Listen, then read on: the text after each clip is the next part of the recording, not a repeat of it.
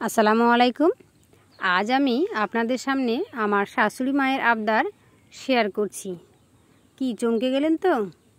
হ্যাঁ বন্ধুরা, শাশুড়ি মা বললেন রোজ রোজ একঘেয়েমি একই রকমভাবে ঢ্যাঁড়স রেসিপি খেয়ে আর ভালো লাগছে না, একটু অন্যভাবে রান্না করো।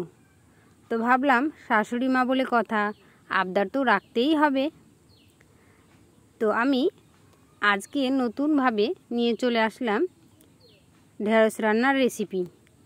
তো প্রথমে কড়াইতে 2 টেবিল চামচ পরিমাণ সর্ষের তেল দিয়ে ওই তেলের মধ্যে সামান্য পরিমাণে হলুদ ও লবণ দিয়ে একটু নাড়িয়ে নিলাম। এবারে প্রায় 2টোর মতো আলুকে ছোট ছোট টুকরো করে কেটে নিয়ে ভেজে নিলাম। তো বন্ধুরা, আমি এখানে বড় সাইজের 2টো আলুকে দিয়েছি আর ছোট ছোট টুকরো করে এইভাবে খুব সুন্দর করে লালচে করে ভেজে নিচ্ছি।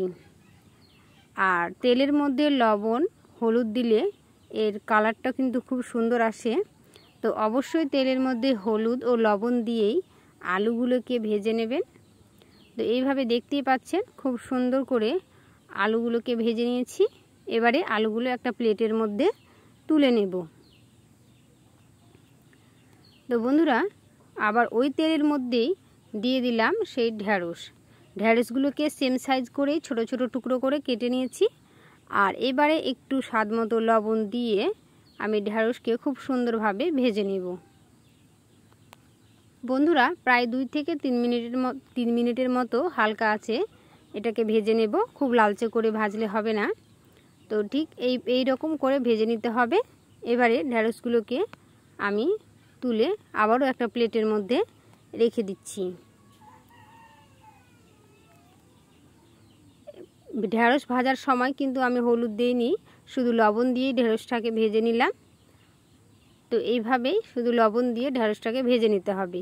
এবারে কড়াটা পরিষ্কার করে ওর মধ্যে দিয়ে দিলাম আরও 2 টেবিল চামচ পরিমাণ সর্ষের তেল। তেলটা গরম হয়ে গেলেই ওর মধ্যে দিয়ে দিচ্ছি 1 চামচ পরিমাণ জিরা।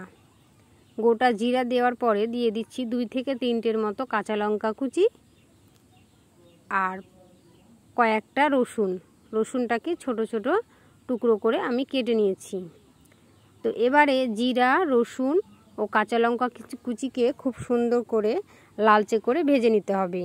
তো দেখতেই পাচ্ছেন প্রায় 2 মিনিট ভাজানোর পর খুব সুন্দর একটা লালচে কালার চলে এসেছে।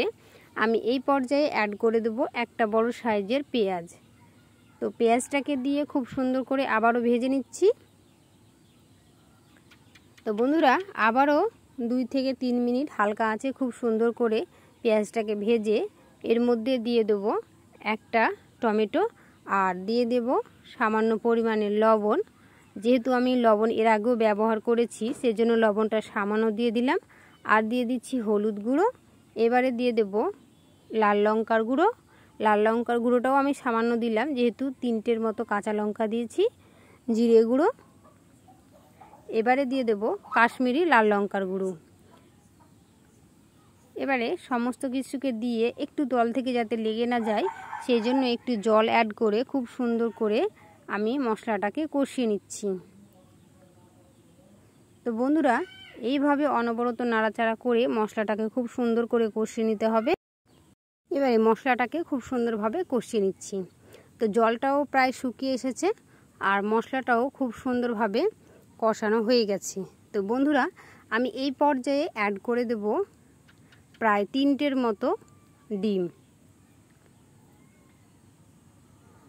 এইবারে ডিমটাকে দিয়ে আমি সাথে সাথেই খুব নাড়াচাড়া করে ভেজে নেব না। তো এইভাবে ডিমটাকে দিয়ে প্রায় 1 মিনিট পরে আমি খুব সুন্দর করে নাড়িয়ে নিচ্ছি। আর এইভাবে নাড়াচাড়া করে খুব সুন্দর করে একটা ডিমের ভুজিয়া তৈরি করে নিতে হবে। তো আমি এখানে প্রায় 3টের মতো ডিম দিয়ে খুব সুন্দর করে ভুজিয়াটা তৈরি করে নিয়েছি। আর ভুজিয়াটাকে খুব কালচে করে ভাজবো না, ঠিক এই রকমভাবে ভাজানো হয়ে গেলে আমি এবারে ওর মধ্যে অ্যাড করে দেব সেই যে ভেজে রেখেছিলাম ছোট ছোট আলু আর ঢ্যাঁড়স।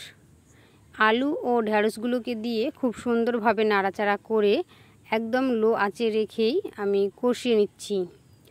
তো বন্ধুরা, এইভাবে অনবরত নাড়াচাড়া করেই আস্তে আস্তে কষিয়ে নিতে হবে। এতে করে সমস্ত আলু ও ঢ্যাঁড়স খুব সুন্দরভাবে সেদ্ধ হয়ে যাবে আর খেতেও কিন্তু খুবই ভালো লাগবে। তো বন্ধুরা, আমার এই রেসিপি কেমন হয়েছে অবশ্যই কমেন্টে জানাবেন। লাইক, শেয়ার, সাবস্ক্রাইব করে দেবেন। ইউটিউব থেকে দেখলে সাবস্ক্রাইব করে দেবেন, ফেসবুক পেজ থেকে দেখলে চ্যানেলটি ফলো করতে ভুলবেন না। তো এইভাবে তৈরি হয়ে গেল আমার শাশুড়ি মায়ের আবদার ঢ্যাঁড়স ও আলু ঘন্টর রেসিপি। তো বন্ধুরা, এই ঢ্যাঁড়স ও আলু ভাজার রেসিপি দেখতেও যেমন লোভনীয়, খেতেও কিন্তু ভীষণ সুস্বাদু। তো এই রেসিপি আজকের মতো এখানে শেষ করছি। আবারও নিত্য নতুন রেসিপি নিয়ে আপনাদের সামনে হাজির হব ইনশাল্লাহ। সুস্থ থাকবেন, ভালো থাকবেন, এটাই কামনা করি। আল্লাহ হাফেজ।